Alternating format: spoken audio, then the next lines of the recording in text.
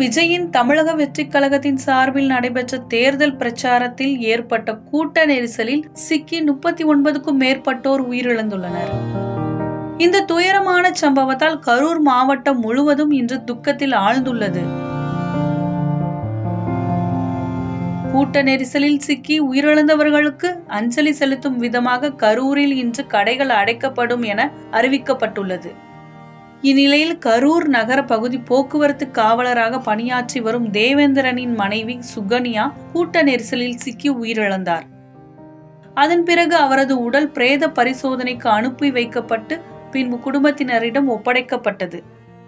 தற்போது வரை 30க்கும் மேற்பட்ட உடல்கள் பிரேத பரிசோதனை செய்யப்பட்டு உறவினர்களிடம் ஒப்படைக்கப்பட்டு வரும் நிலையில் பிரேத பரிசோதனையில் தாமதம் ஏற்படுவதாக உயிரிழந்தவர்களின் உறவினர்கள் விரக்தியில் சத்தமிட்டுள்ளனர்.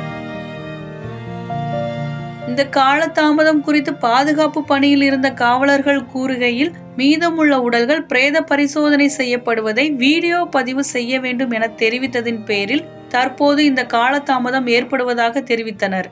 இந்த நிலையில் பிரேத பரிசோதனை செய்யப்பட்ட உடல்கள் கரூர் நகரில் உள்ள பாலமாபுரம் மின்மயானத்தில் தகனம் செய்யப்பட்டு வருகிறது. அதனால் அந்த மின்மயானத்தில் உயிரிழந்தவர்களின் உறவினர்களும் குடும்பத்தினரும் கூடியிருப்பது பார்ப்பவர்களை நீங்கா சோகத்தில் ஆழ்த்துகிறது.